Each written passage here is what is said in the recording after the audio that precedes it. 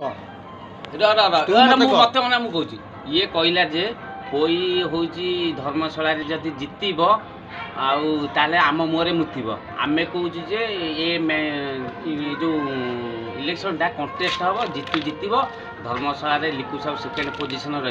ये जो कथा कहला धर्मशाला लिकु साहू जमा 10,000 ରୁ 15,000 भोट नब जदि 15,000 भोट जदि नब आदि पोई जदि न जितब मुझे मुहर चर्चा होगी मुतमी तुम कह कारण कौन तुम किए जितब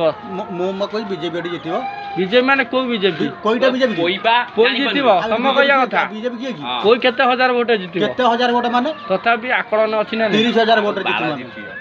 कोई हां लिकु साहब बाद जितु बाद सगुरा बाद फात जितिया कथा 30,000 वोट 30,000 वोट जितमु केतेटा आकु ताकु मत सीता ना 30,000 वोट रे बीजेपी जितबो धर्मशाला जय लिकु भाई भाई माने देखंतु ये आमर जो धर्मशाला निर्वाचन मंडली रो बीजेपी नेता जे कि से कहवा कथा तांकर बीजेपी कैंडिडेट जे छिड़ा होती स्मृति रेखा पोई से 30,000 भोट रे से जितबे आपण माने कमेंट करी कहतु।